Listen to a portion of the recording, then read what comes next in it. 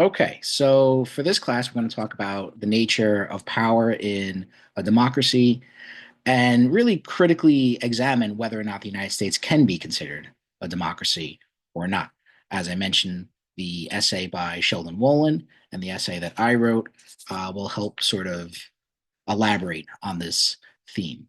And this will really be kind of a critical question that we'll examine throughout the rest of the class as well. We'll constantly be sort of re-examining this idea of whether or not the United States can be considered a democracy or not.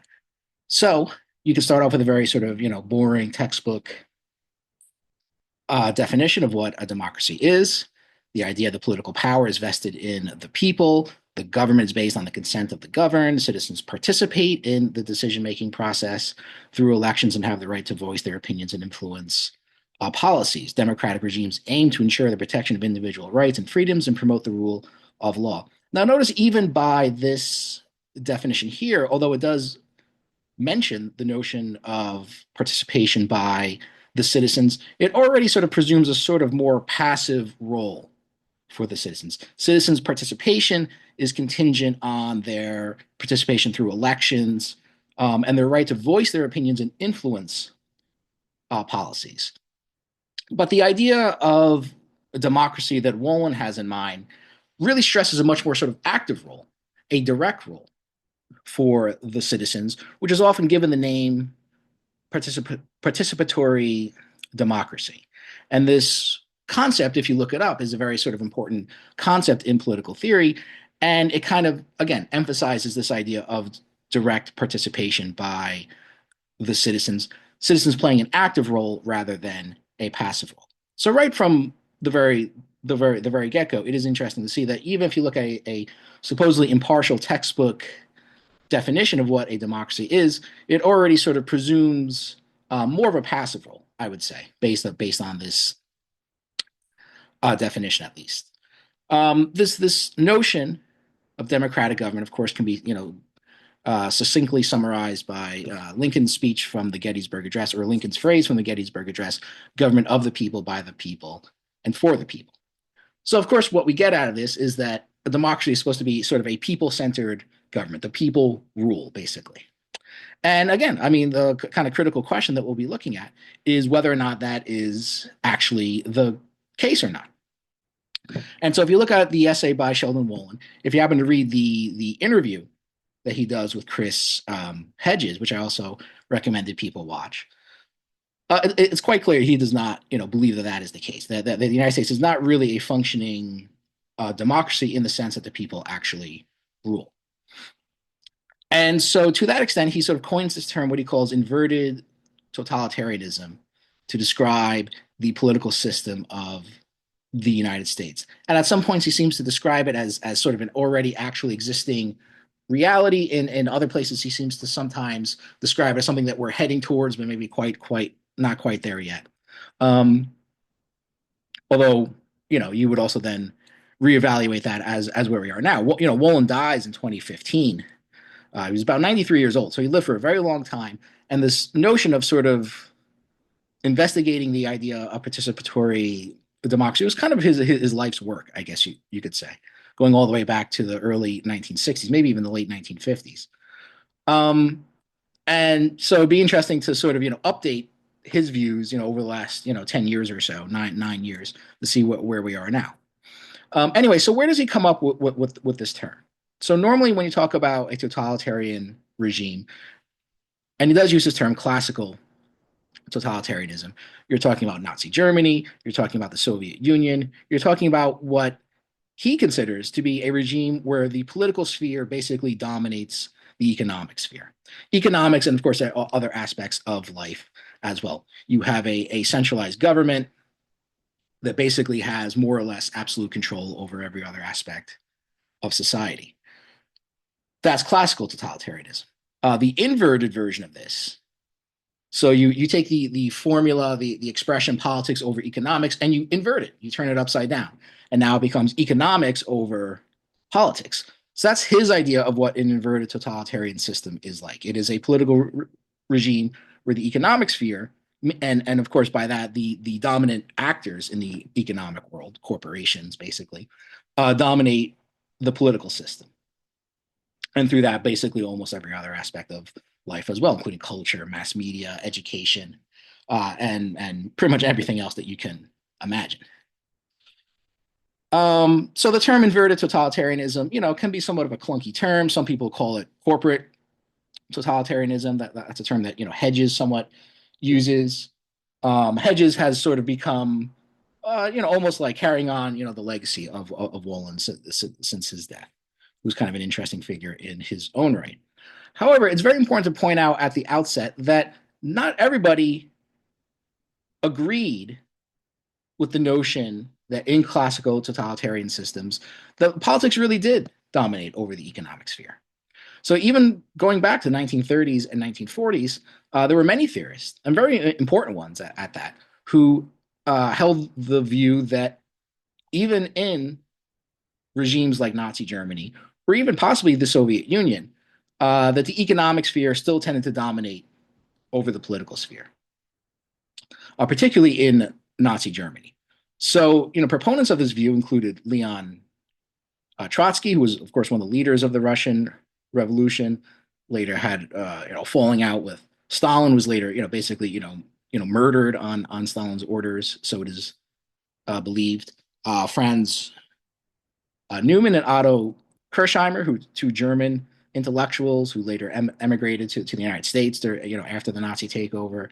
And Antonio Gramsci, Amadeo Bordiga, Italian Marxist. Gramsci was, famously put into prison by Mussolini, and Anton Pannekoek, basically Pancake, who was a Dutch thinker who was also very active in the German Socialist Party during the early part of the 20th century. So basically all Marxist theorists to some extent or another, differing views among them.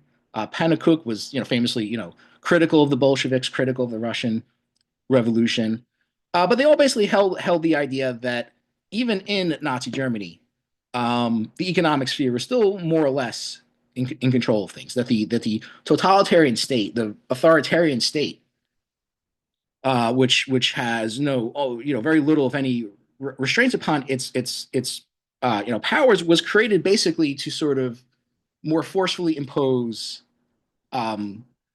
capitalism upon a population where you had sort of a rising revolutionary workers movement, which you did see to some extent in Germany and Italy during this period of time, during the early part of the 20th century. Now in the Soviet Union or contemporary China, for example, or even China after 1949, it's a little bit more of a complicated issue, right? Because here you have regimes which have a very different political ideology than fascism. Um, Maybe you could make a better argument that here politics did dictate economics, that the imperatives of the party bureaucracy tended to dictate more economic affairs, as some people have already pointed out. However, even then, I mean, there are people who have always argued or argued that the Soviet Union was always what they call a state capitalist system. And this, of course, would apply to other so-called um, communist regimes. And I think there's something to be said for that argument as well. For one, the existence of many capitalist, features of the economy, like wage labor, the separation of workers from the means of production, the use of money as a means of exchange. Those things all sort of, existed in those systems as well. I'll confine myself mostly to talking about the Soviet Union, with the assumption that this basically applies to other systems as well. Furthermore, these are societies that had to operate within a capitalist world economy or world system, as some people call it. So even if they are trying to pursue some kind of socialist system there, they're still sort of limited and confined by the dictates of a capitalist global economic system. They're dependent on foreign trade and investment. They are subject to the whims of the market and global economic trends and things like that. So with the Soviet Union, with other systems like that, that's a little bit of a maybe a different story. Maybe you could argue there the politics dictated economics more. You could still kind of make the argument that even then, these systems were still subject to the dictates of the market. Basically, we're still sort of confined by the requirements of a capitalist economic system. But I think you can even make a stronger argument that this was certainly the case in Nazi Germany.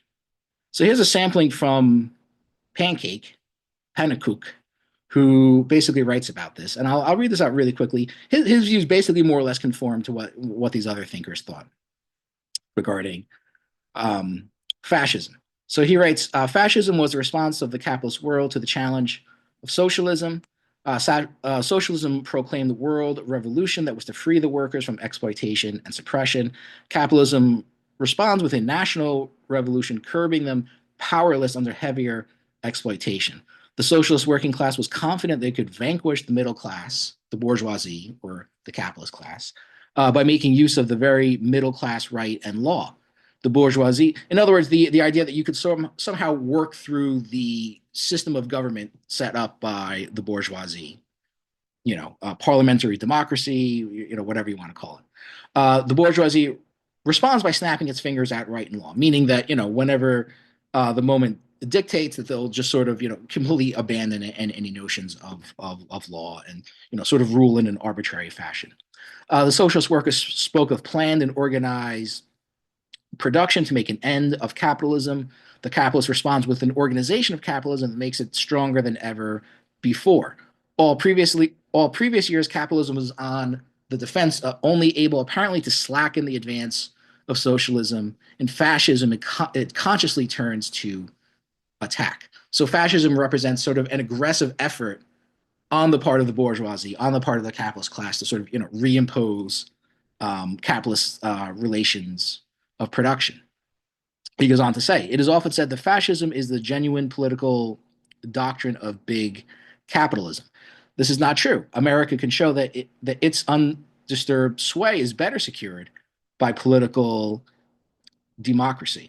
So interestingly enough, he kind of sort of anticipates or sort of gives a nod to arguments that would later be developed by Wolin.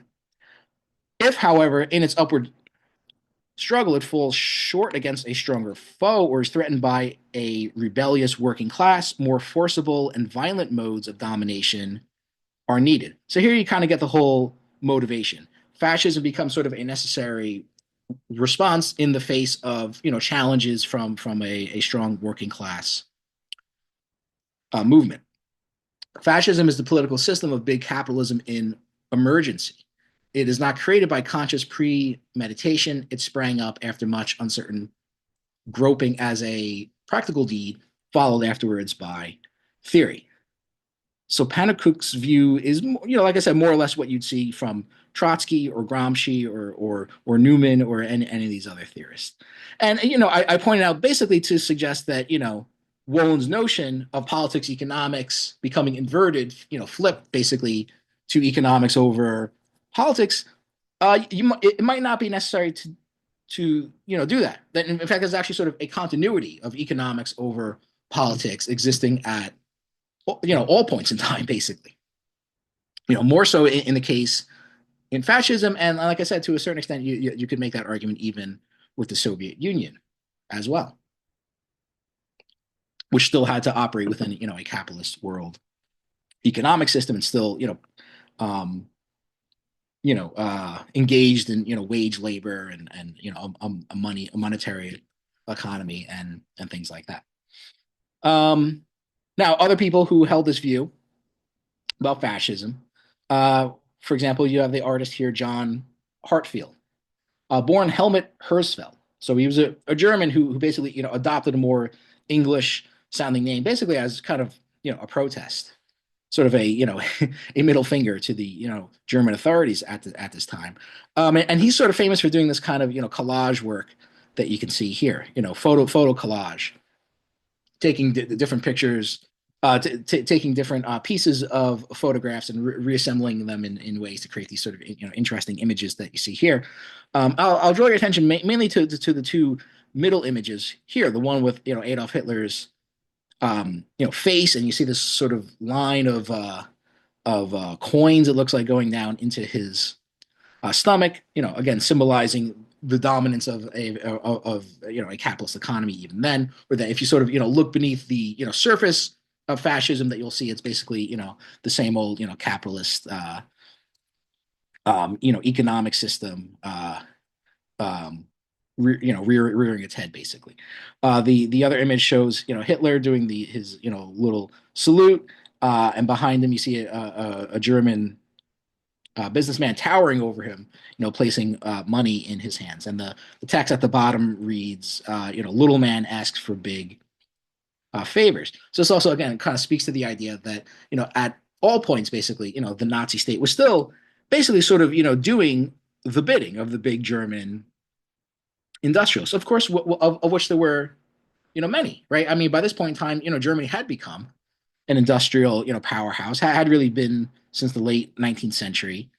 Steel, chemicals, different aspects of manufacturing, banks. The Deutsche Bank was a massive entity. So there was a very developed capitalist sector in Germany at this point in time, and so it would kind of make sense to argue that especially in the face of rebellions on the part of the working class, of which there were, especially after World War One, and there continued to be a strong socialist movement in Germany at this point in time. That the German industrialist class would sort of, and banking class would sort of turn to a kind of authoritarian leader like this, who would sort of crack down basically on the rebellious elements, sort of forcibly reimpose capitalism that way. Although a different kind of capitalism, certainly one which did have a significant role of the state. But even that, you have to realize that this idea of the free market and laissez-faire, that's always been to a large extent kind of an ideological statement, meaning basically something that's sort of in the interest of the capitalist class to have you think that way. But in reality, the state has always played a massive role in fostering the development and maintaining capitalism in almost any country that you can think of basically. So when you get to sort of the essential characteristics that Wolin outlines of inverted totalitarianism versus classical totalitarianism, I think you have mainly three. Um, and like I already said, if you eliminate the idea of politics over economics and economics over politics, or in fact reinterpret it so that it's always been about economics over politics, yeah, basically two distinguishing traits that kind of separate classical from the inverted version of it, which I think are essential differences that you still have to take into account. One is that again in what Wolin calls classical totalitarianism, you have what he calls the leadership principle. So power is sort of concentrated in the hands of a leader, a Hitler, a Mussolini, a Stalin, a figure like that, a Mao. And they have whether or not their rule is symbolic, as some, Franz Newman kind of argued for Hitler, or whether or not they actually have power, they're sort of, at least on the surface, at least invested with this power. There's no illusion of the fact that you have sort of a supreme leader that has this kind of power. Whatever is going on, behind the scenes is, one thing, but you don't even really, bother much with the pretense of elections and political parties and things like that, which is, of course, one of the most important characteristics. And I would say, ultimately, Wolin's probably most important, contribution to this argument is this idea that yes, in the United States, you have, like I said, basically kind of like a fake democracy. You have the sort of superficial level of elections and political parties and constitutional rights and things like that. But it's a superficial thing. It's surface level. It doesn't have any real meaning or substance to it. It's a it's a formality. And what do you mean by formality? When you see people, you're like, oh, how are you doing? How are your kids? Did you have a good holiday? But people engage in these kinds of formalities all of the time, right? But it's kind of superficial. In a certain sense, that's what's kind of going on here with democracy as well. We have this sort of formality of elections and political parties and political debate and a media that is, free and impartial and things like that. But it's all just a formality. It's empty. It's hollow. It doesn't have any real meaning or substance behind it. That ultimately, I think, is the most important, contribution that Wolin makes here.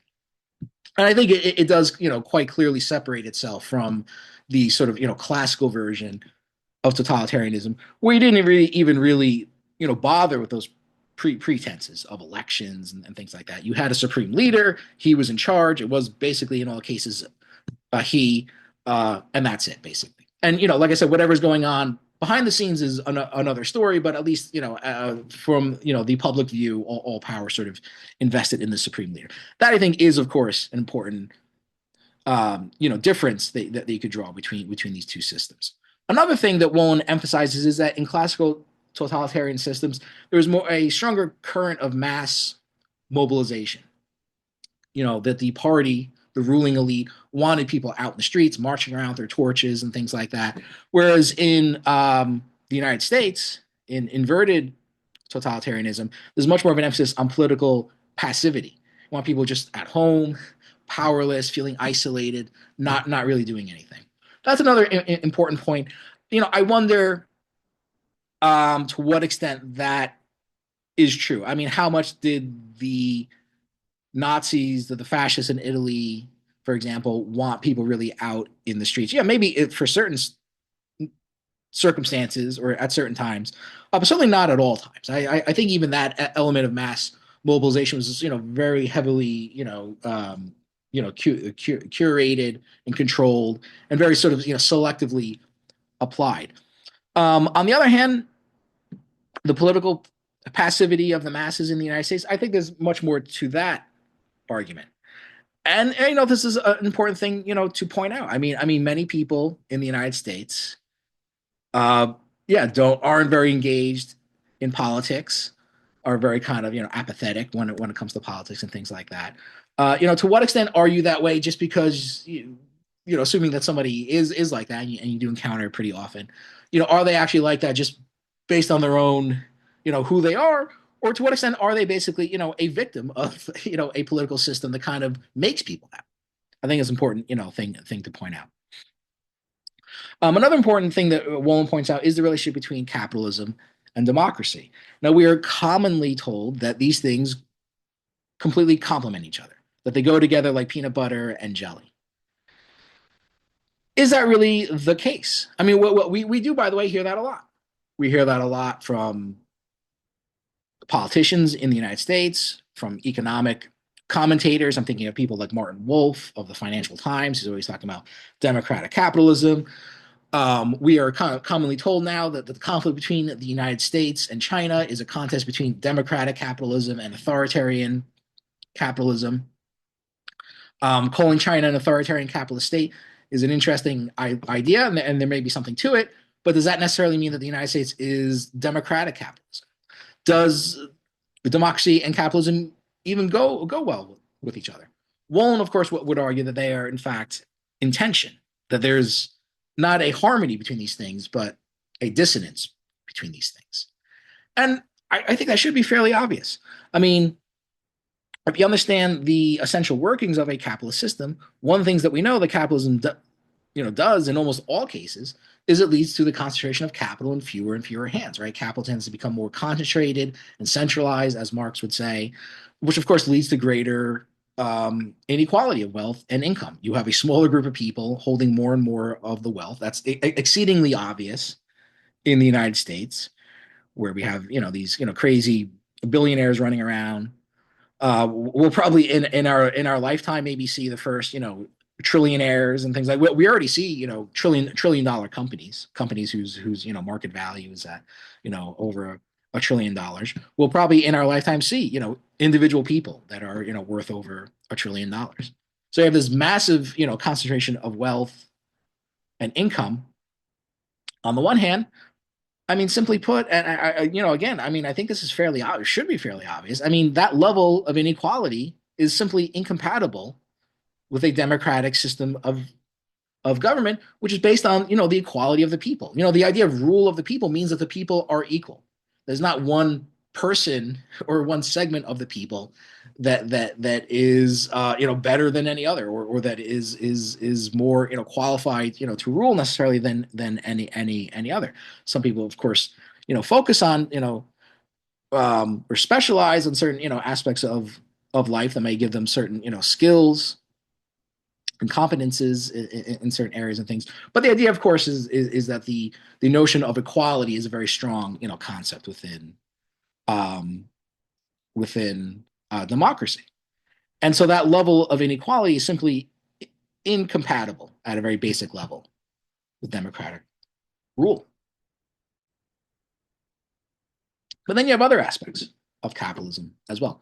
Capitalism, again, as Marx would say, creates alienation. People become, alienated from their fellow human beings. They become alienated from the means of production. They become alienated from the things that they produce as well. Marx, describes this as the fetishism of commodities, or commodity fetishism, as it's often referred to as. And it basically refers to a process where, because of the conditions of labor and production in a capitalist system, human beings become separated from what they produce, right? What they produce is not theirs, but it's somebody else's. And Marx basically argues that over time people begin to sort of attribute. They start to believe that the workings of the economy are this sort of autonomous power, that the economy is somewhat separate from human beings, um, and that the products that people uh, produce basically begin to dominate them.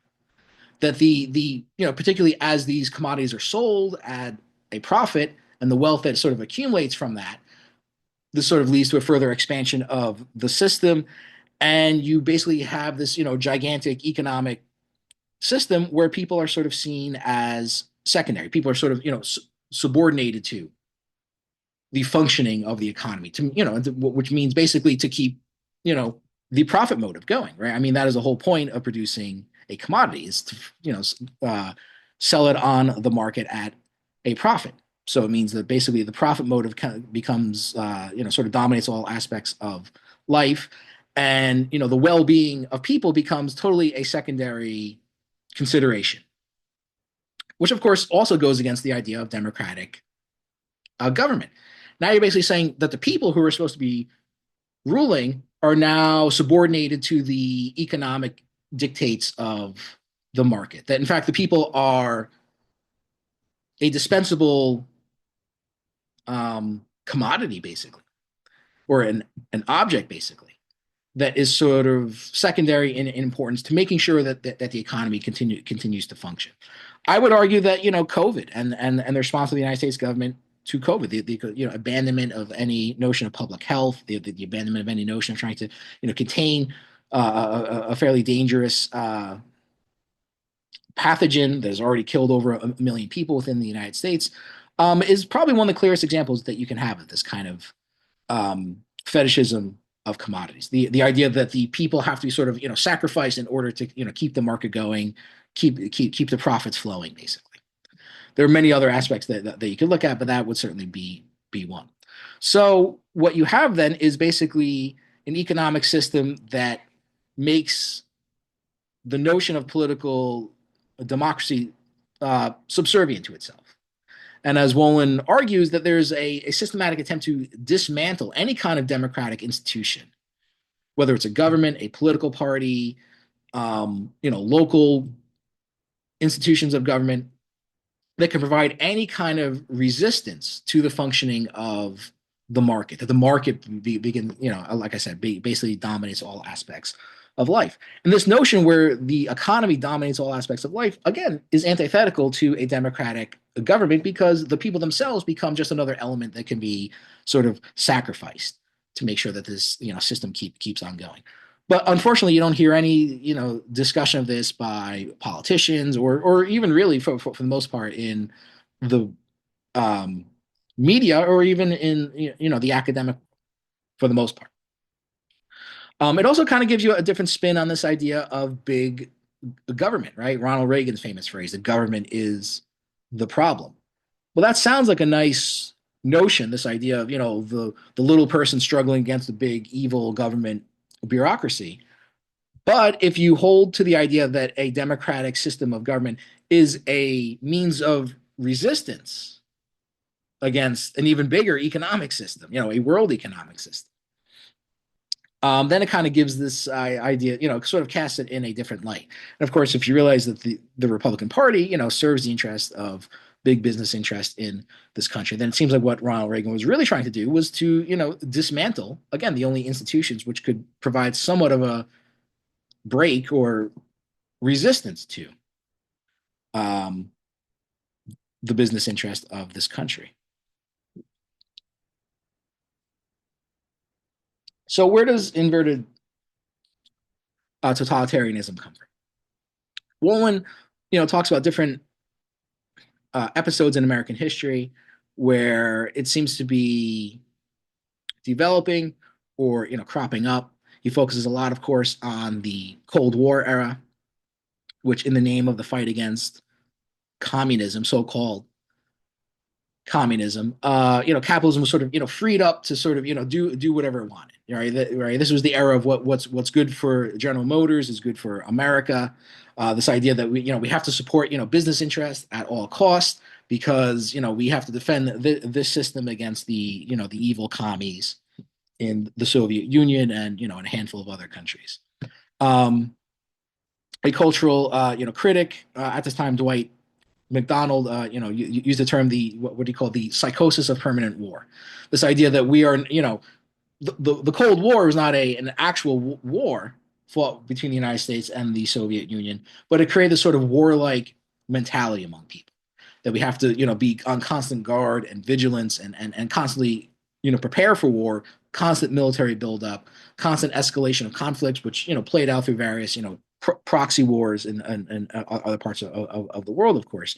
So this kind of warlike mentality, if you will, was sort of very much to the benefit of capitalist interests in this country because it sort of, allowed them to sort of, do what they wanted to do. And particularly, benefit from the, massive, military spending in this country in, the name of the fight against communism. And of course, also during, the early Cold War era, you have, the McCarthy era as well. Purging, literal, purgings of people suspected of any kind of communist affiliations at all levels of society, from education to entertainment, unions, government, you name it. Basically, there was a massive, purge across the country. And in many ways, although most people are aware of that fact, I would argue that in many ways the country never really recovered from that.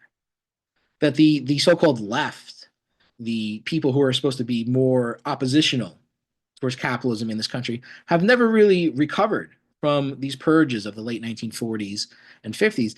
And as a result, you have a very small left in this country. And to the extent that it exists at all, are fairly, timid. I mean, they're, critiques of the U.S. system, and especially, I would say, of U.S. imperialism across the world, are very weak for the most part. Now, let me explain a little bit by these terms, right and left, since some people may not be familiar with them. A lot of our political vocabulary comes from the ancient Greeks, like democracy.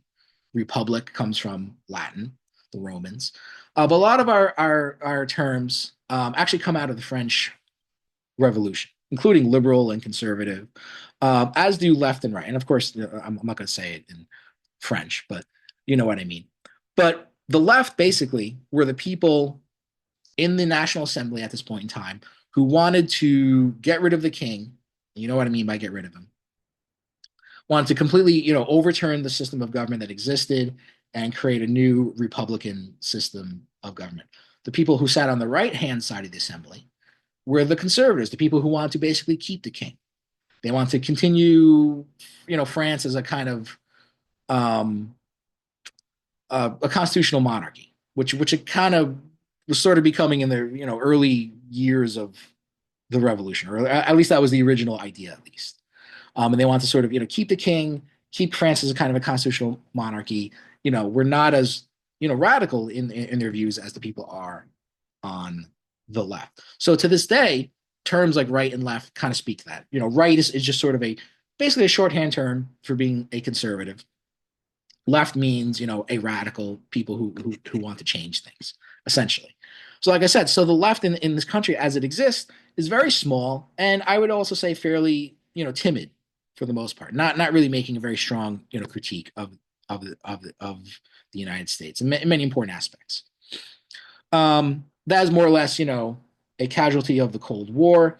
So was this, creation of the famous, military industrial complex, which people talk about, but it's also a period of time where the American economy was booming as well, right? Coming out of World War II, the American economy, was doing very well. Of course, that benefited corporations, also, benefited, people who were able to then get, high wages, at least, white men, at least, right? We're also talking about an era of segregation. We're talking about an era where, many women were not in the workplace, although many working class women were already by that point in time. So he focuses on that era of the Cold War, the 1950s. He also says that in many ways, the origins of inverted totalitarianism go back even prior to that, prior, to the backlash to the New Deal in the 1930s, from about 1934 onwards. Roosevelt's elected in 1932. So within a very short period of time, you see a pretty strong reaction against the New Deal programs, mainly led by the big business interests. Now, Wallen doesn't talk about the so-called plot to overthrow FDR, the so-called, business plot. I would encourage people to look that up if you want. Apparently, there was at least some kind of movement underway. It didn't really get anywhere. But he does talk about other things like the American Liberty League, which is an organization founded by big business interests in this country to sort of, oppose the New Deal. Wallen talks about Father Coughlin, who was one of the first people to really utilize, radio as a means of communication for political messaging, at least in the United States. And Coughlin started out as a supporter of the New Deal, later became much more, critical of it, became much more like blatantly anti-Semitic in the later years, up until the 1940s. And he had a very large audience as well. It's estimated he had around 30 million people listening to his radio program when the population in the United States was just about 120 million people. So that's about, a quarter of the country was basically tuning in to listen to this guy on a fairly regular basis. So that's another interesting period of time, the 1930s. But in many ways, you would have to go back to the very foundation of the government itself, which we'll talk about in a future class. But the intention of the framers of the Constitution was, it's pretty clear when you really look at it, was to make sure that the property owners in the North and South, of course, you had slavery at this point in time, but the system of government is basically set up to make sure that the property owning classes, there were different classes though, of course, basically held most of the political power, and that the ability of the people as a whole to sort of pass laws that would be, against the interest of the property owning classes was quite limited. I mean, that was more or less the intention behind the Constitution. And then you have people like Alexander Hamilton, who, far from a free market approach, wanted, a strong central government to work to the benefit of capitalism, to help the development of industry in the United States, which it did. I mean that's another thing too. When people talk about the free market in the United States, they don't realize how active a role the U.S. government played in fostering the development of capitalism, of fostering the development of industry here within the United States, which goes on to this very day. So the whole notion of free markets and limited government, I mean, that is more or less a fantasy, basically, cooked up by people to conceal what's actually going on. So here you see, a famous photograph of Checkpoint Charlie during the Cold War. This was the most, well-known, crossing through the Berlin Wall. You can see at this point in time, there's actually, a standoff between American and Soviet tanks. speaking to the the escalation of conflict, of course, and never turned into actual violence. But you can see how close it actually did come. And of course, you have things like the Cuban Missile Crisis as well. Here's an image from the 1930s. I don't know if you can see this carefully or not, but this is a famous Nazi rally at Madison Square Garden. And you can see the picture of George Washington, and I don't know if you can see it, but there are two Nazi swastikas on either side of him. So yes, I mean, when people think about the 1930s, they think about the New Deal. They think about this rising surge of militant workers and things like that, and that is all true. But of course, there's also a very strong right wing reaction to it as well. Many people compared Trump's recent Madison Square Garden rally to this as well, which I think is probably a fairly apt comparison. So this quote from Wolin here, he basically more or less sort of, lays out again the so-called, dismantling of democratic institutions within the country. I think it's worth reading out. So he says, thus the elements are in place: a weak legislative body. Now he's talking about, Congress. Again, the ability of Congress to pass laws that would actually, impact, the capitalist interest within this country. A legal system that is both compliant and repressive. Now, that's an interesting idea. So he's saying, on the one hand, the legal system is compliant, meaning compliant, again, to the interest of big business in this country, which, removes any restrictions on campaign, spending and spending by outside groups. Also, refers also, I think, to the compliance of the legal system to the executive branch, which allows the executive branch, to spy on people, to start wars. I mean, here, the weakness of, Congress would be a factor here as well. So you have a compliant legal system, but it's also a repressive legal system, but not to the same people, right? It's repressive to people that have, a small bag of marijuana or something like that, or people that are, convicted of some kind of, minor crime. There you have a very, tough, draconian, as people would say, legal system, which throws people into prison for very long, periods of time, often for very minor offenses. Not to say that all people are in prison for minor offenses, but a lot of them are. A party system in which one party, whether in opposition or in the majority, is bent upon reconstituting the existing system so as to permanently favor a ruling class of the wealthy, the well-connected, and the corporate, while leaving the poorer citizens with a sense of helplessness and political despair, and at the same time keeping the middle classes dangling between fear of unemployment and expectations of fantastic rewards once the new economy recovers. Now, this is written in 2003, by the way. So that's why I also think that the Bush administration is probably definitely something on his mind a lot. But let's make it clear, right? He's not just saying the Republican Party is the problem. Both political parties are the problem. Both political parties basically serve, as he says, the wealthy, the well-connected, and the corporate, while sort of leaving the poor citizens dangling, basically. And I like also this idea of, yes, promising middle class people, oh, things are going to be so much better now.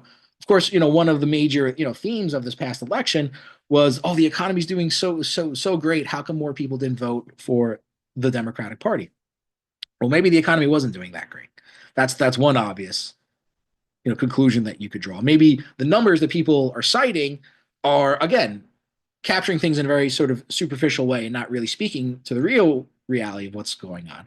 Well, of course, you could not, convince anybody of that. You could not convince anybody in the media, again, the academic world, and certainly not the politicians that was the case. They insisted for years that the economy was doing great, and they were also aware of the fact that many people were upset and frustrated, and they just could not compute it. They could not understand why that could be the case. But yes, we're constantly being told, oh, things are getting better, things are getting better. I mean, that's nothing new, obviously. That scheme is abetted by a sycophantic and increasingly concentrated media. Sycophantic is a very strong word, right? He's basically saying that they're suck-ups ass kissers, basically, that the media sucks up to people in power rather than holding them accountable. Of course, this is facilitated by the fact that the media is increasingly concentrated in the hands of basically just a handful of giant corporations.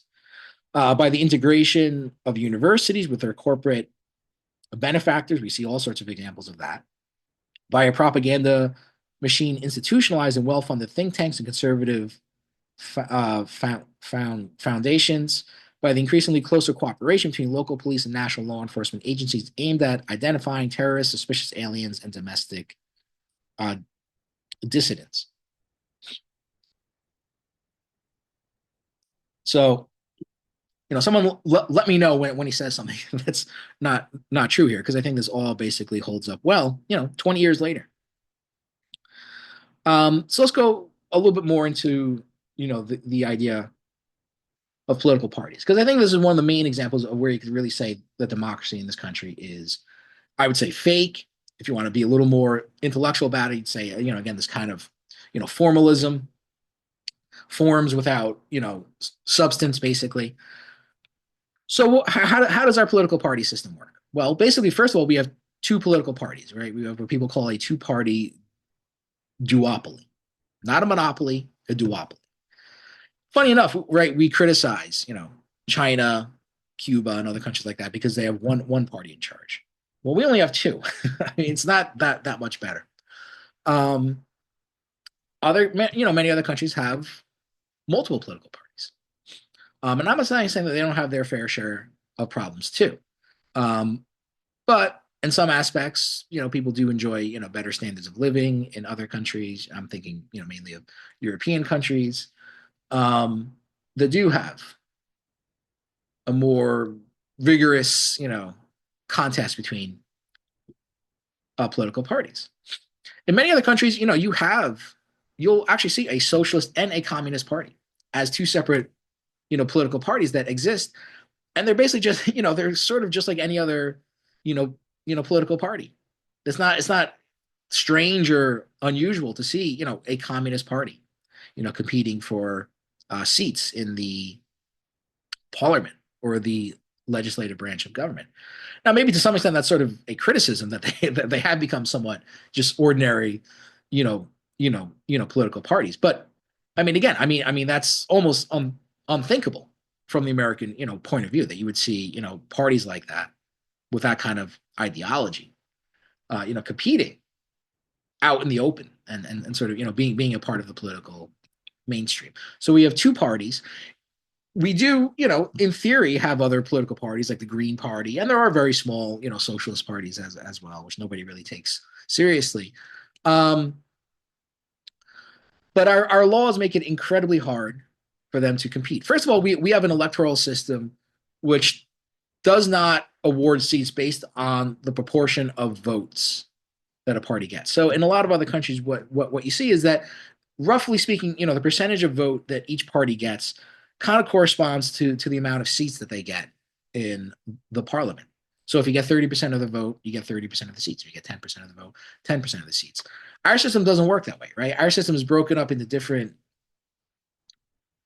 districts, basically, where you have, candidates rather than, parties that are competing, and whoever gets a majority of votes in that district basically wins. So you get 48% of the vote, and you get nothing, basically.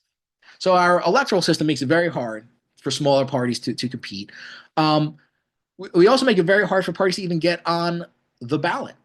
In the most recent election, New York recently passed a law that raises the threshold that you have to get on the ballot to be a choice in the election in the first place. Usually, you have to. I've worked with some small parties before, doing things in a very limited way. And I know it's very hard. You have to collect lots of, signatures and things like that. There's a whole bunch of, procedural obstacles that you have to get. You have to name people to be your, electors and things like that. New York recently passed a law, though, that sort of raises the bar for the number of signatures that you have to get, and maybe even, shortens the deadline that you have to collect these signatures as well. As such, if you looked at the ballot in the 2024 election, there were no other choices for president other than Donald Trump and Harris. In fact, you had four political parties: the Democrats, the Republicans, the Working Families Party, and the Conservative Party. But those two other parties endorsed Harris and Trump, respectively. So you had no other choice.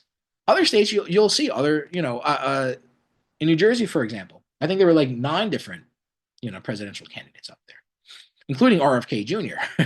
But you also had, the Green Party, and you had, conservative parties, and you had, a handful of socialist parties as well.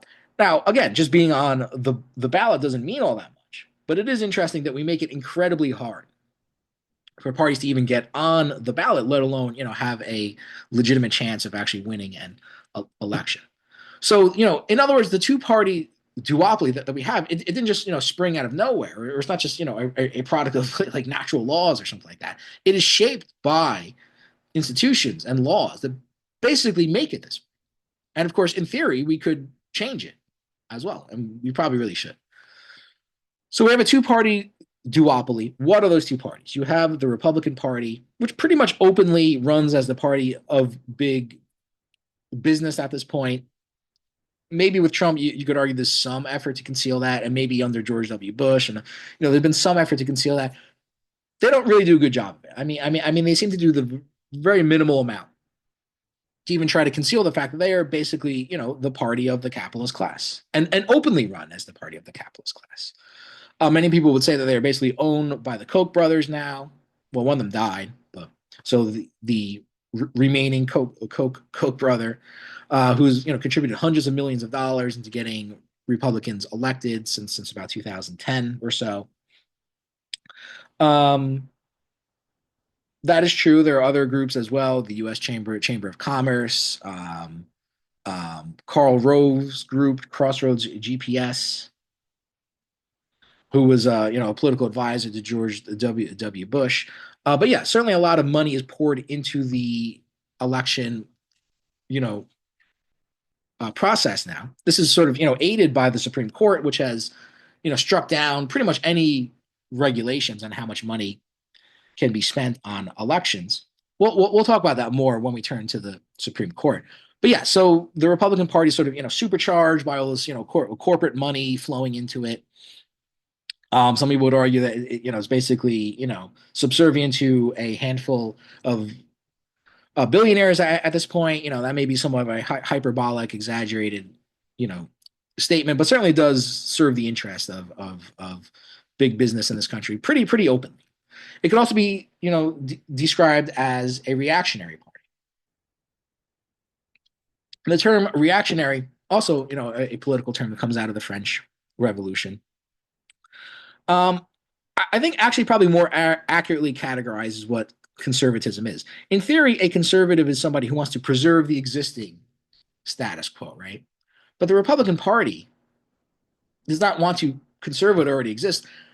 They want to go back to a previous status quo. They want to actually turn things backwards, and that is essentially what the term reactionary means.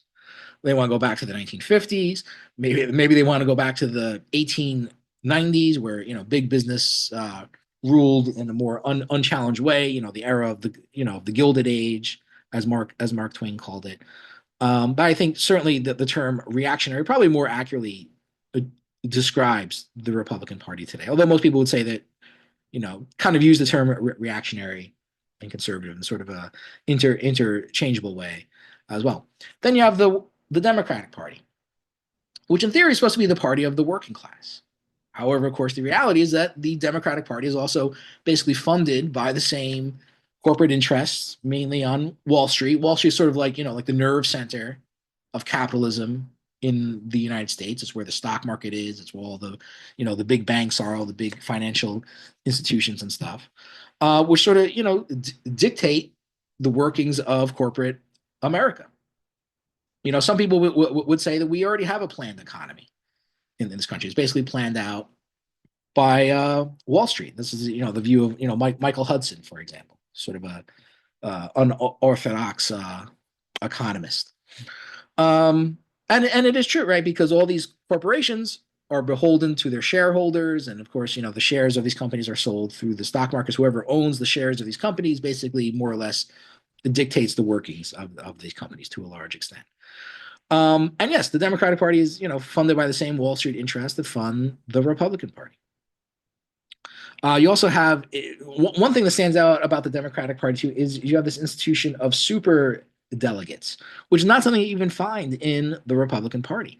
What the super delegates were created basically in the 1970s, really as a response to the attempts to sort of take over the Democratic Party at a grassroots level. And what you have basically are sort of unelected, people who have a say in who gets to be the nominee for the Democratic Party. This became significant, very significant during the primary of 2016 when Bernie Sanders was running against Hillary Clinton. So the way in which the political primary works is that, as you probably know, candidates go from state to state, and they have contests in these states, and this is to choose the candidate for the party, and whoever wins states, you get a certain number of delegates, and those delegates then go to the national convention, then vote on basically who the nominee is going to be. Um, but the Democratic Party also has this parallel system of delegates who are not beholden to these primaries at all. They are mainly elected officials. They are, insiders within the Democratic Party, but they are not beholden to the results of these primary elections. And they can basically vote to whoever they want. And of course, they're very much, um, committed to the establishment, to sort of fending off any kind of grassroots challenge within the Democratic Party. It's a very glaringly obvious undemocratic feature of the Democratic Party, which I said does not even exist within the Republican Party. And this became certainly an issue in the 2016 primary, where the newspapers every day would publish the delegate count between Sanders and Clinton, and they always show Clinton having a strong lead over Sanders. But a big part of that lead was from the super delegates, the people who were not bound to these primary elections. When you looked at the number of pledged delegates from the primaries which were going on at this point in time, it was very close. It was almost head to head.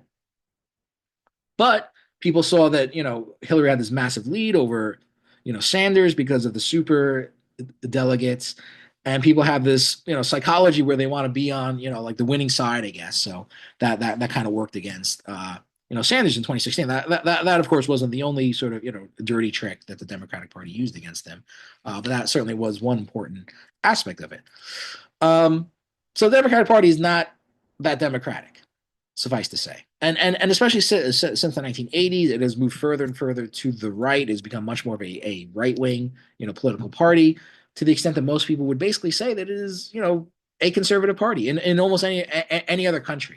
And this has even been said by people like AOC. The Democratic Party would basically be considered a conservative, you know, uh, political party in almost any other country. And then beyond that, I've already touched on the idea of ending limits on campaign spending. You also, of course, have an army, which I'll talk about more. You also have an army of lobbyists, many of them former lawmakers, who then go into business working for these corporations, who then influence members of Congress and the laws that get passed and things like that. And that plays a very important role as well. So the parties are more or less dominated. Both parties. Let's be clear about it. Both parties are basically you know dominated by the same kind of big business interests. So Wolin talks a lot about the progressive movement. This is an image from then, depicting women's struggle to gain the right to vote. Um, Wolin is much more, I would say, favorable towards the Democratic Party than I am, or even Chris, Hedges is. If you see the interview, you tend to push back upon him more. Wolin seems to describe that yes, while the Democratic Party is mostly dominated by big business interests, he still holds out some hope that somehow it could be moved into a more, grassroots direction, and uses the progressive movement as an example of that. Um, I don't necessarily agree with that view. I would argue even during the progressive movement, it was always sort of, limited by its orientation towards being kind of a middle class reform movement. It had some successes, but obviously, not nearly enough. And even then, I mean, things have changed so much that it would make it very hard to, imagine something like that happening again. And it certainly hasn't. Let's put it that way. In over 100 years, basically. Maybe the 1960s would be basically the closest to it. But again, out of that you got the super delegates and things like that. So Wolin also points out that the idea of inverted uh, totalitarianism is only partly a state-based phenomena. And in other words, only to a certain extent does it concern the government itself. You also have to look at institutions outside of the government, which of course nonetheless play a very important political role. One of which, of course, is the role that the media plays within this country. And here, there's pretty much unanimous agreement that the media in this country is basically terrible. And you could certainly go down the list and find many more things than what I've listed here, but just a very partial list of some of the things that the media has gotten completely wrong or covered in a very horrible way. I mean, let's start with the theft of the election in 2000, something which Wolin places a lot of emphasis on. Um, and it'd be hard to really go into all these issues in detail, being somewhat conscious of the time here as well. But basically, George Bush stole the election in 2000. And the media kind of let him have it. The Democratic Party kind of let him have it. Al Gore let him have it.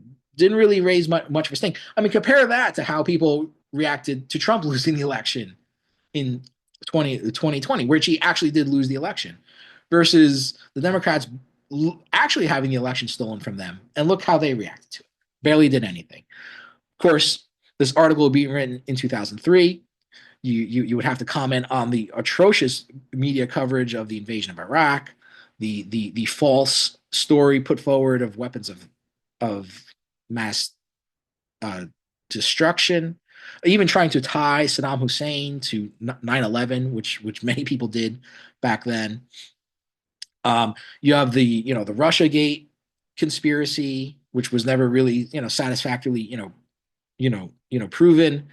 I mean, keep in mind, for like 3 or 4 years, almost 4 years, in fact, this is all you heard coming out of the media from about 2016, basically right up until COVID hit in 2020. All you heard night after night was that Russia, hacked the election, Russia got Donald Trump elected, and things like that. And to my understanding, no conclusive evidence has ever been shown to actually, prove that. And I don't mean to suggest that. I mean, frankly, I don't know if there was any evidence of that or not, if it's being kept secret. But what I always suspected about that story was that it was basically just an attempt for the Democratic Party to turn to divert attention from their own failures, basically. That they ran basically a shitty campaign with shitty policies that don't excite anybody, which nobody can really get behind because there's nothing really there being offered. And they used this Russia story to kind of divert attention from that. So whatever the truth of those allegations are, I think it's my main issue with that is used as a pretty obvious attempt to divert attention from the failings of the Democratic Party. Um, then you have an actual journalist like Julian Assange who actually exposes secrets by the government. Media doesn't support this guy, barely talks about him. When they do, it's to smear him as being a Russian asset and things like that. Comparisons between Trump and Bernie Sanders, which is ridiculous. Two people completely different backgrounds, approaches to politics and everything else. Um, the embarrassing gushing over Andrew Cuomo, comparing him to Trump, especially during the pandemic. We all know how Andrew Cuomo turned out to be. I mentioned here the New York Review of Books because, well, this is where a lot of these articles were being published. Wallen himself used to write for the New York Review of Books, which is a kind of, highbrow intellectual publication, which had, at least at one point, a reputation of being somewhat, radical or left wing. Interestingly enough, Wallen mentions it because, yeah, I mean, he felt his views increasingly sort of came to diverge from the editorial policies of the New York Review of Books, thus suggesting that the New York Review of Books, like many other publications in the United States, have increasingly sort of turned to the right, become much more conservative. Like I said, the media does a horrible job talking about U.S. imperialism, as well as support for imperialistic allies like Saudi Arabia and Israel. Basically, turns a blind eye, or it diminishes things that these countries do, which we can all see playing out now. Of course, it has had an impact, right? According to the Reuters Institute of Journalism, only 26% of Americans trust the media in this country, the lowest of any countries sampled. Now, admittedly, a lot of that probably is fed by this Trump fake news kind of stuff. But the reality, of course, is that socialists for probably an even longer period of time, going back to the 19th century, have been much more critical of the media, newspapers, basically back then, as being basically another bourgeois institution. I think that's true. It's true back then. It's true now. Why should it be a surprise to people to think that these media outlets, which are of course owned by giant corporations, would slant things to benefit their corporate interests? Why? I mean, why should that be even remotely surprising at all? You can see a couple of links here. I'm going to turn to my web browser for a second. One of the worst examples of contemporary journalists has to be Megan McCarthy. Let me refresh this since we're at a paywall here. But here's one of the titles of one of her recent articles from 2019. Sorry, Bernie, but most Americans like their health insurance the way it is, which we all know is not true based on recent events, although it wasn't that hard to tell even in 2019. But now you have people who are, yeah, shilling for, the health insurance industry, which, by the way, is a major part of our economy as well. I love the fact that you can't even read the article. You actually have to pay money to read shit like this, which I would not suggest people do. But she's one example of that. One of the many haters of Bernie Sanders. Here's her talking about I was wrong. This is her half-assed attempt to apologize for getting the Iraq War wrong. Whoops, I made a mistake. Saddam Hussein didn't actually have weapons of mass destruction. I mean, she actually writes whoops in the article. And there's another article that you can't read without a subscription either. I mean, truly awful stuff. And it's interesting to point out, she was a blogger in 2003 and wrote blogs, supporting the case for the invasion of Iraq. So she got a promotion. I mean, why would you promote somebody like that? Now she writes for The Atlantic, which is very influential, though I would say, horrible at the same time, political magazine. She writes for the Washington Post, which is, probably the second most important newspaper after the New York Times. Why would you, you know, promote somebody who is so wrong and clueless about a matter of such grave importance? Doesn't seem to make sense, but kind of gives you a sense of how bad the media is in this country. And I mean, she's honestly one of the worst examples. She's also famous for writing an article. There was a public housing project in the United Kingdom, in London, I think, that caught fire a couple of years ago, which was a major scandal. And she's sort of famous for writing an article saying like, well, if they spent more money on sprinklers and fire detection systems, then it would raise the cost of housing. More people would have to move outside the city. And then, more people would die in car accidents going to work. That's the kind of analysis that you can expect from people like this. Just one example, of course, but I mean, just shows you how terrible the media is. And again, people like this move up the ladder too. At least if there was some effort to weed people out who are clueless and don't know what the fuck they're talking about, then maybe that wouldn't be such a bad thing. But that doesn't happen. And in fact, I mean, I think the only person to ever actually lose their job over the invasion of Iraq is Chris Hedges, who was against the invasion of Iraq. So that I mean that he was a journalist for the New York Times and basically spoke out against it. And the New York Times tried to fire him. I guess long story short, he basically quit before they could fire him. But to my knowledge, is probably the only person, the only serious journalists at least actually lose their job over the invasion of Iraq. And it was the one guy who was basically telling the truth about what was actually going on. Here's another recent example.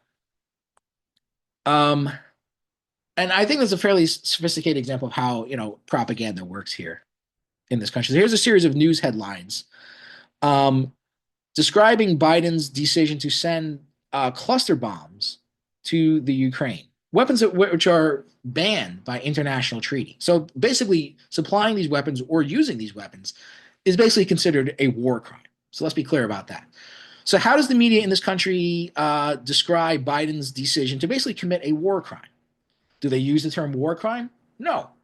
They use this very euphemistic, watered down language. They say it's a difficult decision. It's controversial.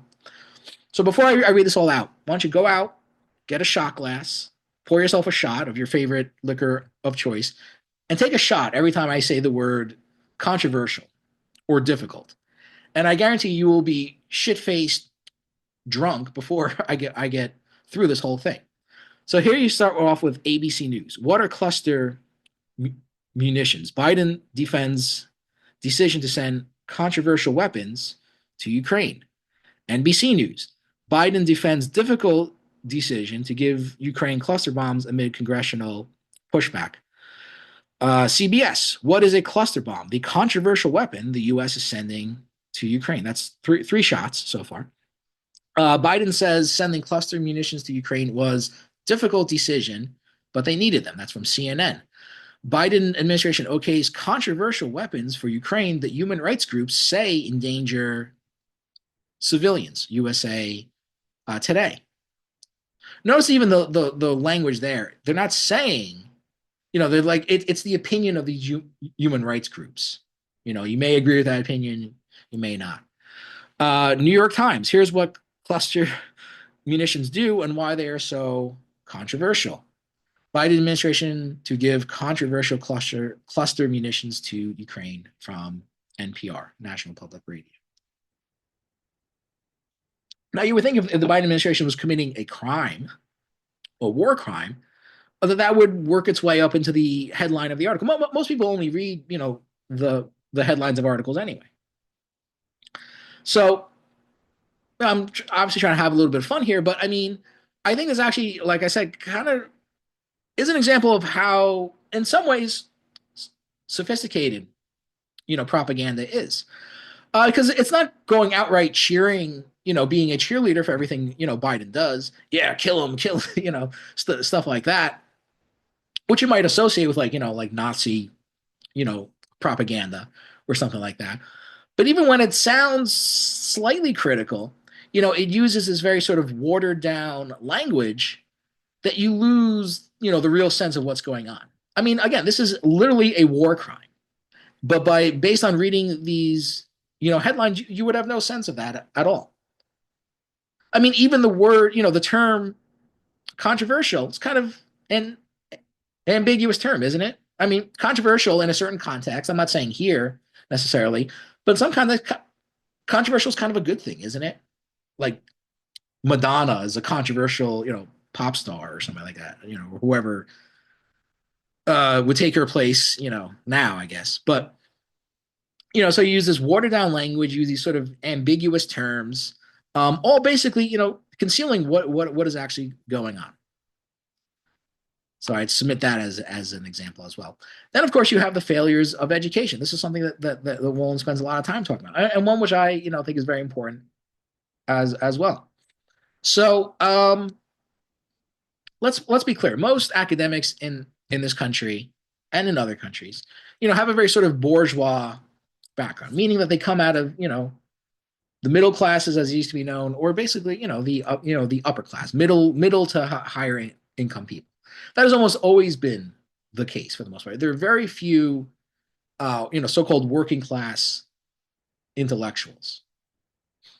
Um, and as such, the term bourgeois, I mean, it's used often interchangeably for the capitalist class, but really it's a little bit bigger than that. It's what Marx referred to as, the middle class, the people existing in between the feudal um, aristocrats, the the nobles, the nobility, and the poor on the other hand. So the bourgeoisie was sort of the class in the middle, and that included early entrepreneurs, industrialists, but also included doctors, lawyers, civil servants, people like that. So it always referred to something more than just necessarily the capitalist class, although of course the capitalist class was sort of the most important part, I guess you could say, of the bourgeoisie. But when I, use the term bourgeois, to me, it also suggests a kind of like a cultural attitude as well, right? Sort of, a certain way of, being, kind of a way of talking and dressing and carrying yourself. So yeah, I mean, most academics do have a very kind of bourgeois um, affectation, or whatever you want to call it. And I would also say that I kind of have the same kind of bourgeois sensibilities and prejudices as well. So that's one aspect of it. And I think that's, limits the ability of these intellectuals to really fully grasp what's going on, or fully, communicate what's going on to people. But beyond that, you have the decline of liberal arts education in the United States, literally the arts of freedom.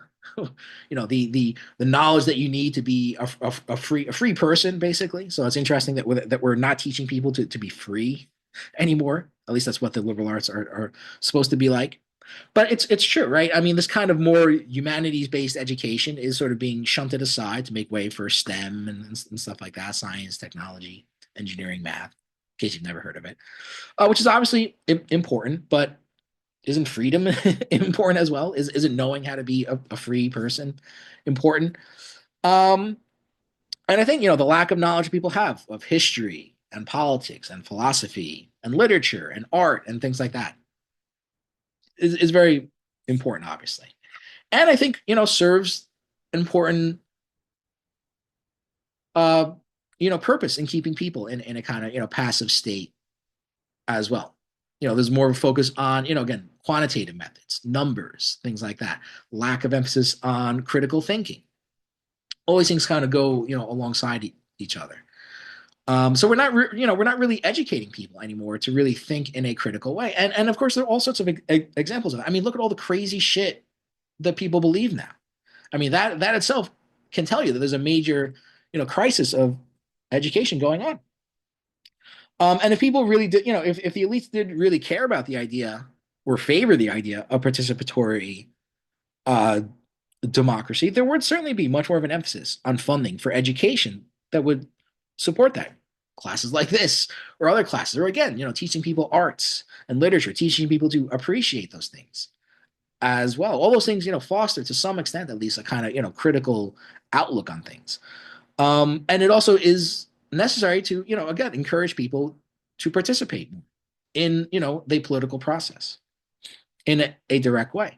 So, because the elites obviously don't want that to happen, there's not much of an emphasis on that kind of education anymore.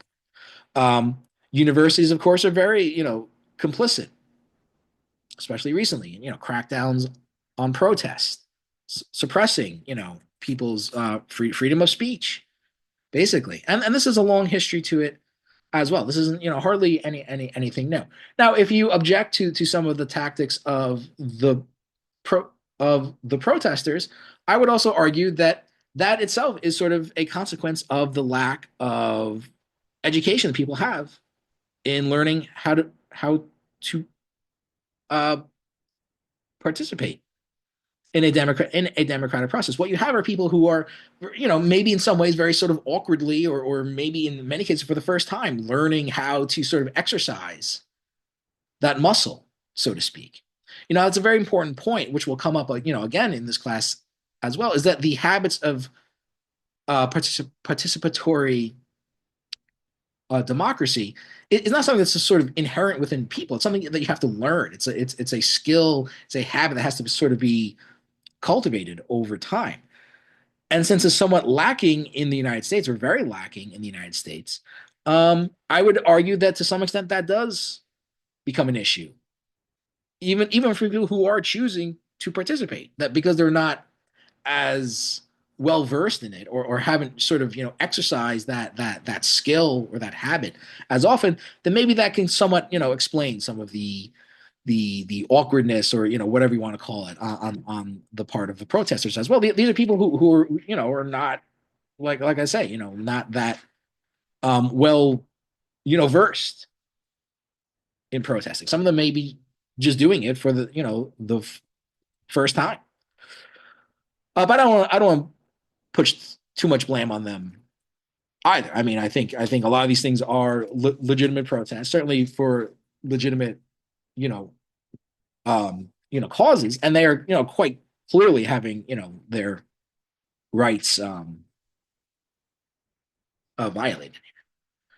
You also have the precarious situation of many educators in the United States as well, at all levels of education, but especially in higher education. Probably more than half of the people teaching college classes are um, adjuncts, including yours truly right here. Which means that you have no real job security or anything like that. Of course, you get paid less.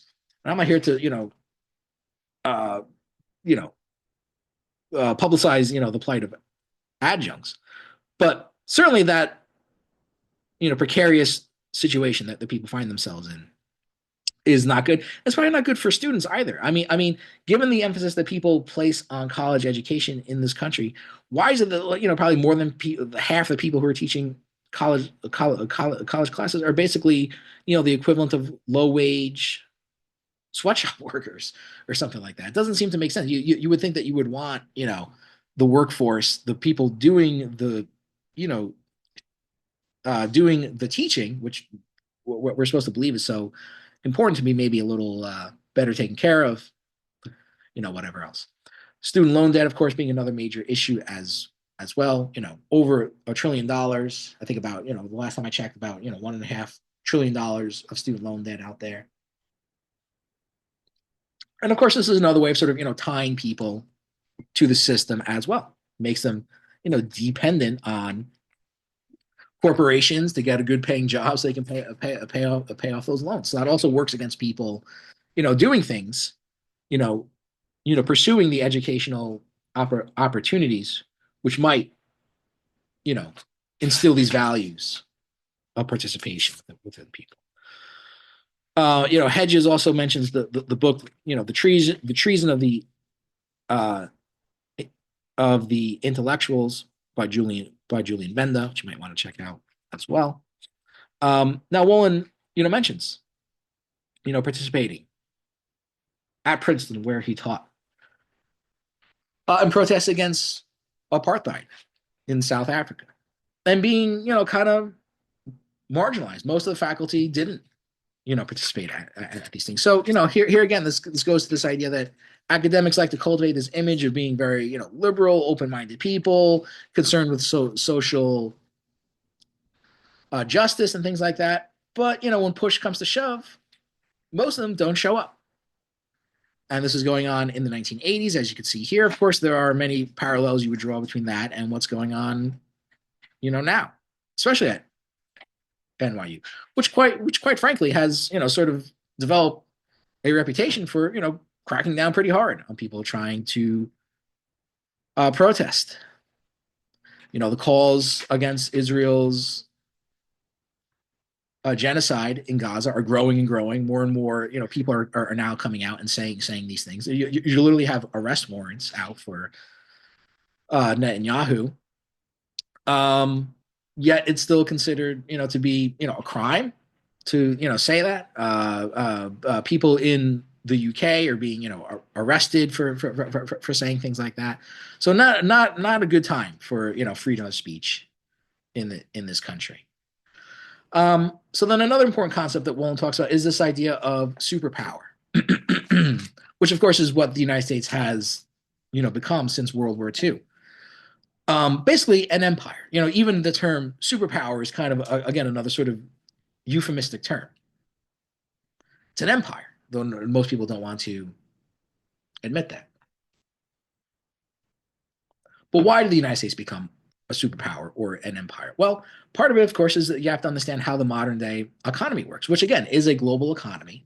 And so, if you're a country, you want to have a very sort of important role within that global economy, which means also, control over, markets, including foreign markets, have, consumers in other countries be buying your products, products made in your country. Control over resources, which you need to manufacture things. So this is one of the places where Wolin. Now you might think that Wolin's a pretty radical thinker. He must be a Marxist and things like that. He's actually somewhat critical of Marx actually, in a lot of ways. Although one of the areas where he does seem to give Marx the most credit for is in Marx's understanding, of course, of how economics sort of dictates politics, or the political forms, that the economic imperatives sort of shape how the political institutions take shape. So and Marx of course talks about this in various places. Here's one of the more famous quotes here. Marx writes, in the social production of their existence, men inevitably enter into definite relations which are independent of their will, namely relations of production appropriate to a given stage in the development of their material forces of production. So this idea of relations of production coming into conflict with forces of production is an important theme in Marx. And in fact, if you were to read the rest of the paragraph, he sort of elaborates on that idea here. But basically what he's saying is that there are, relations of production which sort of, develop of their own, as he says, independent of the will of people, which reflect the development of different material forces of production. So basically what he's saying is that the sort of technological state of production, how we produce things, whether it's agriculture, industry, and what types of industry, whether it's low tech industry or high tech industry, for example, will dictate the kind of social relationships that sort of exist around that. That's an important thing to keep in mind.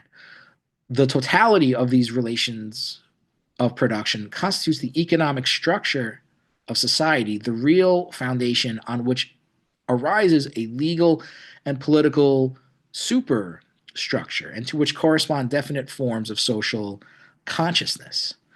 So he's saying that the economic relations of society, which are in turn, conditioned by the economic forces of production, determines the shape of the legal system, the political system, and even the way in which people think, their social consciousness, their awareness of the world. The mode of production of material life conditions the general process of social, political, and intellectual life. It is not the consciousness of men that determines their existence, but their social existence that determines their consciousness. Very important statement here. And again, as it relates to the idea of superpower, as America becomes an empire, sort of forced onto by the pressures generated by economics, it shapes, politics in this country. We have a political system that corresponds to the maintenance of American empire, which means, of course, that it becomes sort of elite, and the regular people are sort of shut out of the process because, maintaining a global empire is obviously something that's not going to, is going to sort of, go beyond what most people are, concerned about, or even, capable of really, dealing with. Um, and of course, it shapes the way people think as well. People get sort of indoctrinated, or sort of brainwashed into thinking of America as the, well, not as an empire, right? We don't like to use that word, but that we're, this global power in the world. But it's okay because we're out there promoting freedom and justice and all that other stuff. And I mean, of course, that doesn't speak to the reality of what's going on, but that's what people are led to think. So, of course, here the idea of ideology becomes important as well. So, ideology is one of these terms, of course, that gets used and misused a lot and overused. But when Marx talks about ideology, he means basically ideas which sort of benefit the ruling class of the society. So he writes here, the ideas of the ruling class are in every epoch the ruling ideas. The class, which is the ruling material force of society, is at the same time its ruling intellectual force. So, I mean, probably the most classic example of this would be economics, right? Economics is a set of ideas which appear to be neutral and impartial, but really benefit the capitalist class because it makes the capitalist system seem like, first of all, it's the only natural system that exists, or really the only system that can possibly exist, and that the system itself is good. If everyone does what they're supposed to do, then we'll be better off, basically. Of course, that's a very simplified view of things, but that is more or less the core idea. That would be an example of ideology. They are ideas which are used by the ruling class to make their rule seem not like an imposition upon people, not that something that's against their own interest, but something which actually is natural and desirable and actually is to the benefit of everyone else. And of course, you can see a lot of the political language that we use to talk about, again, especially the United States as a global superpower, fits into that idea as well. Now, the idea that ideology is a kind of false consciousness is a controversial idea. Many people attribute that idea to Marx. He did not ever actually say that. It is used one sort of in passing by Engels. Um, well, Engels here writes, elaborates a little bit more about what he thought about ideology, and credits this to Marx. He writes, it was precisely Marx who had first discovered the great law of motion of history, the law according to which all historical struggles, whether they proceed in the political, religious, philosophical, or some other ideological domain, are in fact only the more or less clear expression of struggles of social classes. So once again, this idea that ideology sort of serves the struggle of classes in conflict, particularly the ruling class, who tend to have the most sort of dominant ideas. So whether or not ideology is actually an idea of false consciousness, it may not be explicitly used by them, but you could argue it kind of logically follows that.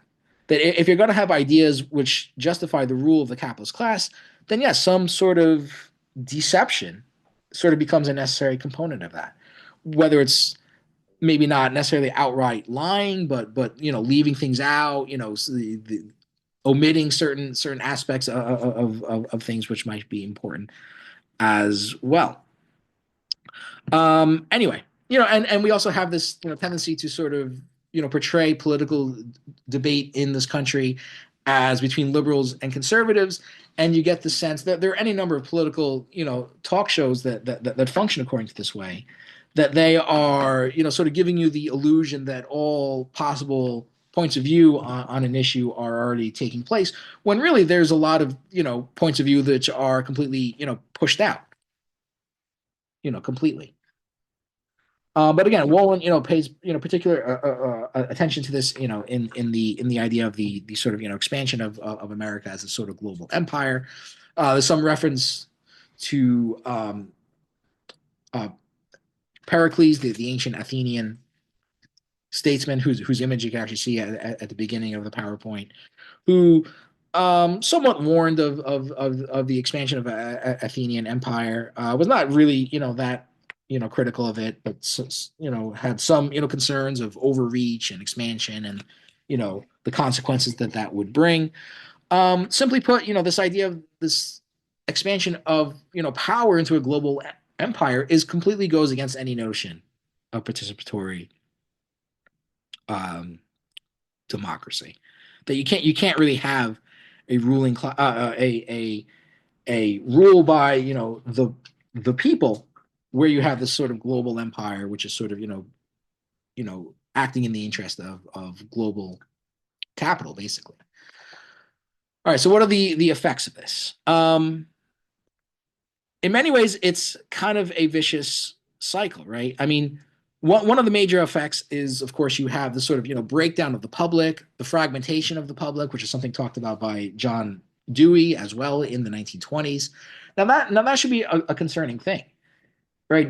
John Dewey was already concerned in the 1920s that the United States, that American society had already grown so much that the idea that there could be any real sort of public control over the government was already um, endangered, basically. I mean, if that was true in the 1920s, then what would you say now, or where the country has gotten even larger, obviously. So that's very much a concern, and this idea that you have this sort of disoriented public that people don't really see what's in their own you know the common good as it would be called, and instead are just sort of isolated and don't really know where to turn or who to trust and things like that. And you can see all sorts of examples of that. Of course, the government does also come down hard upon people. The so-called war on whistleblowers, the attempts to suppress information, which is threatening to the interest of American empire. Um, Wolin asked, do people vote as a public act? Do people, when they vote, do they do so thinking what's going to be in, the greatest good for the country as a whole? Or is it merely an expression of their own private resentments and frustrations?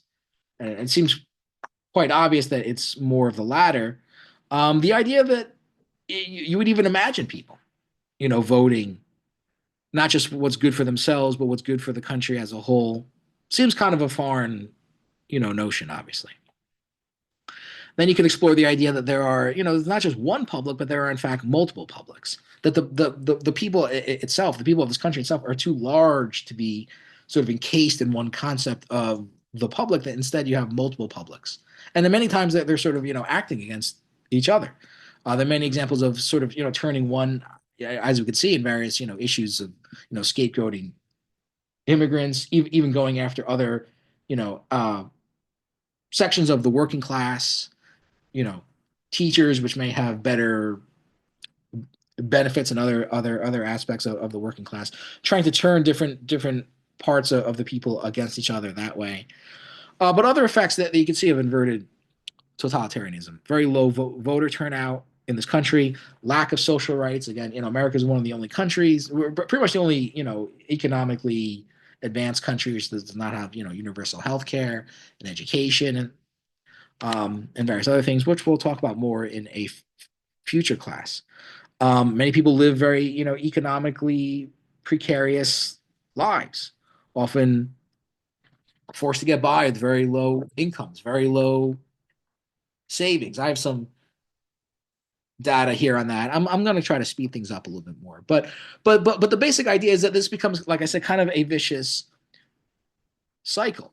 That the development of inverted totalitarianism is made possible by the sort of lack of public awareness and lack of public action on the part of the people.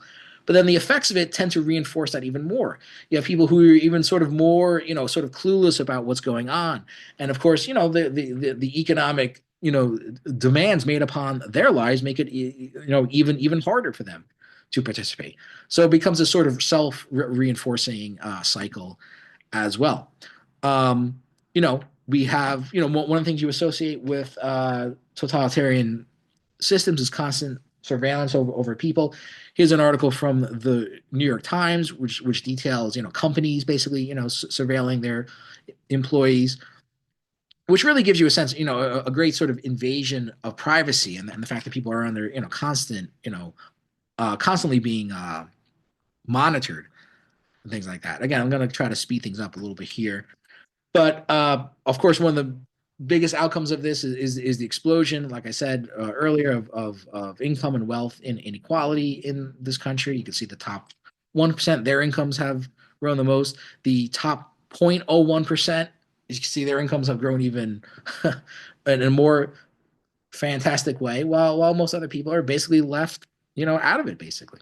And I've barely seen their incomes go up at all. Here you see, a growing gap between, productivity and wages, hourly compensation in this country as well, which should not be much of a surprise, actually, because one of the things which determines growth in productivity is, of course, using machines and technology to replace workers. So as you increase your productivity, you lay off more and more of the workforce.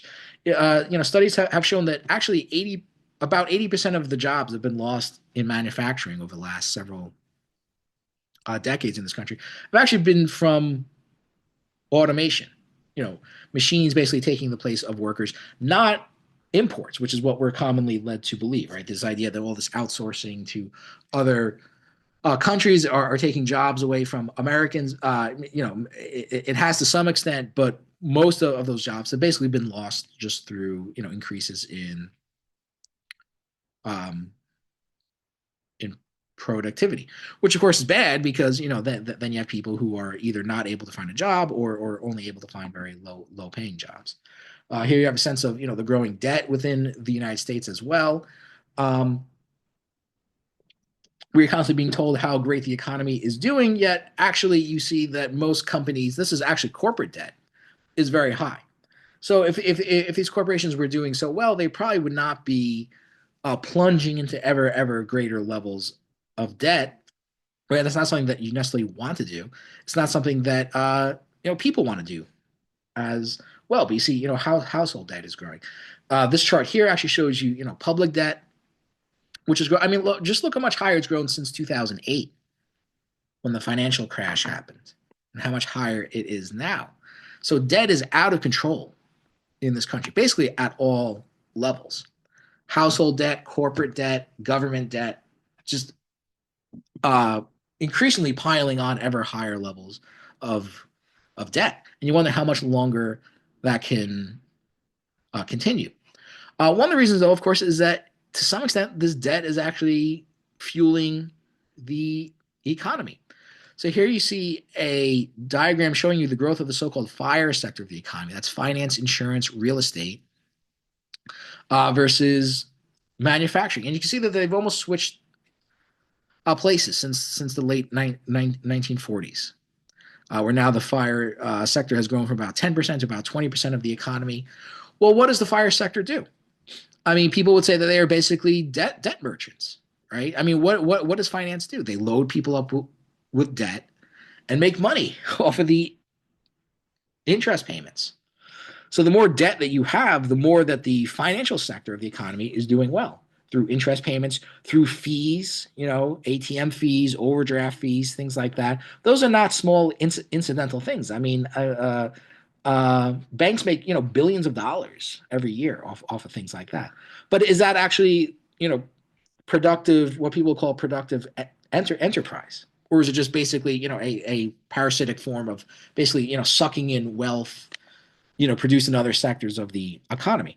Then you have the insurance industry. So again, the higher your insurance premiums go up, auto insurance, health insurance, whatever, the more their profits go up.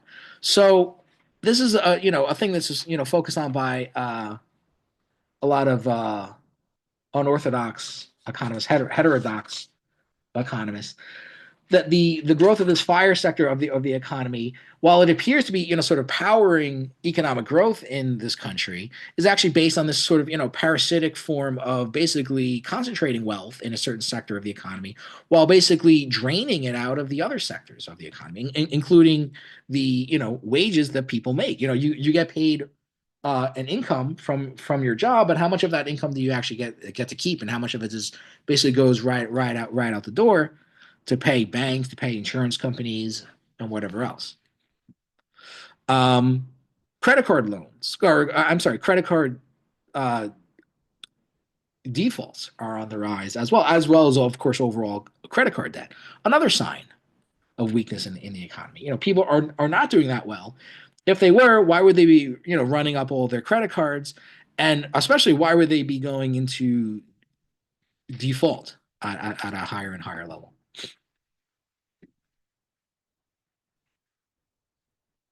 And then to balance out some of the economic data here, and maybe to get a better sense of how this is really impacting people, U.S. life expectancy is very low. Not only has U.S. life expectancy sort of been trending downwards in recent years, it's much, much lower, and has been for a long time, much lower than other countries that have a similar level of economic development. I think U.S. life expectancy is ranked about 49th in the world. So, I guess we at least made it into the top 50. Whoop de doo.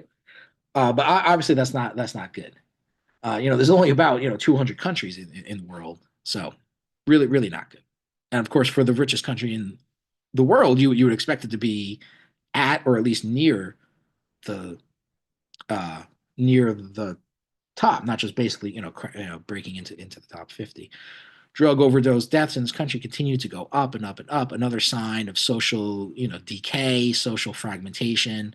Um, People turning to drugs as a way to sort of deal with the stresses of life. Another aspect of it is mass incarceration. The U.S. imprisons more people in jails and prisons throughout this country than pretty much any other country. The per capita incarceration rate for the U.S. is 664 per 100,000 people, while China is 121. So it's just 6 times as high, basically. Here you have some websites about mass incarceration here. All right, so I'm trying to move things through a little bit quickly. As I said, I always kind of give short change to my own article, but I would like to talk briefly about this idea of the double standard in American life. So basically, the idea is that, if you look at how the government responded to a lot of the Black Lives Matter protests in 2020, how it responded to January 6th, drastically different response. Now, you would say Black Lives Matter was, a series of different events. January 6th was just one. Well, if you want to do a one-to-one comparison, look at how the police responded to protesters in Lafayette Square, which was in Washington, and how they responded to January 6th. Much more of a harsh response for the Black Lives Matter protest, whereas up until a certain point, at least, pretty much let the Capitol riot people basically do what they want to do, even though they were much more violent. And the Black Lives Matter protests in Lafayette Square were nonviolent. Now, I would argue that this basically refers to a kind of Marxist view of the state.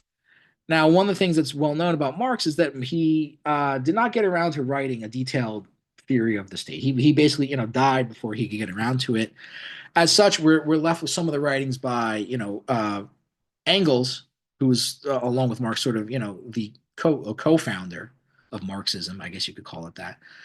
And Engels, of course, has some interesting ideas on the state here. So I'll read this. He says, the state is by no means a power forced on society from without. In other words, the state, as people would like you to believe, is sort of this impartial force. It's sort of like a referee that sort of exists outside of, the contest of different, forces, and just sort of being, an impartial, you know, mediator, basically. Of course, that's not true.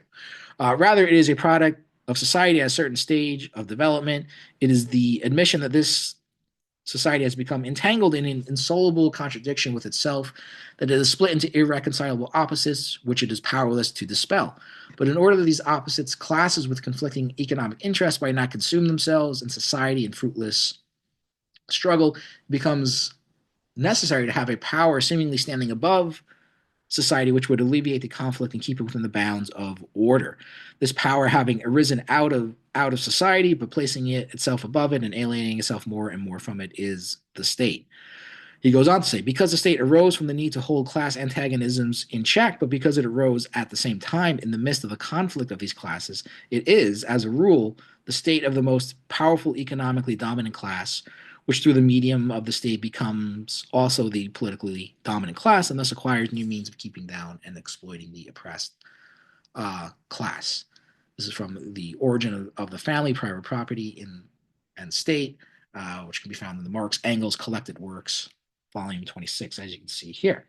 So again, basically the idea is that the state is a product of a society driven by class conflict, competition among different classes, ownership of wealth and property and things like that. And he's talking about going back into ancient times as well. So this has always been behind the origins of the state as a an entity, a political entity, which is supposed to keep order, as he says. But what it really does is, to some extent, acts as kind of a mediator. But really, for the most part, comes under the influence of, as he says, the powerful economically dominant class. So it basically, works to the interest of the more dominant class in society, which, of course, in modern day times is the capitalist class. So how would that account for the double standard? Why would that um, explain why the government came down harsh on Black Lives Matter protests than on the January 6th protest? It is my contention, at least, that is not purely just a matter of racism, though everybody that reads this article simply assumes that it is, even when I tell them explicitly that it's not. Obviously, that is a factor, as it is in, frankly, every aspect of American life. But I do think it also has to deal with this aspect of class, conflict as well, and the idea that the state sort of serves as a tool, basically, for the more economically dominant class. Now, why is that? Well, the right wing, a term I've defined already, despite all their violence, despite their obvious thuggery and thuggishness and things like that, which we saw on full display there. We saw it at Charlottesville. We've seen it at other incidents as well. Despite their violence, really represent no threat to capitalist rule. In fact, they're very much supportive of capitalist rule. In fact, these would be the people who would be, called upon basically to put down, if there ever actually was a revolutionary movement among the working class, these were the people that would be called upon to put them down. So for that reason, they are tolerated. Black Lives Matter protests. Now, many of the organizers of Black Lives Matter consider themselves to be socialists. So you could simply argue, okay, well, they're socialists, so that's why the state has to act to keep them down. Somebody would argue that they're not real socialists, and that I mean, I'm not going to go into it, but if you go further on into the slideshow, you'll see there's some articles that suggest some of the financial irregularities of some of the Black Lives Matter movement, as well as other people like Ibram X, uh, Kendi, who was sort of associated with this kind of um, politics. I mean, I would argue that you really have to keep working class issues front and center.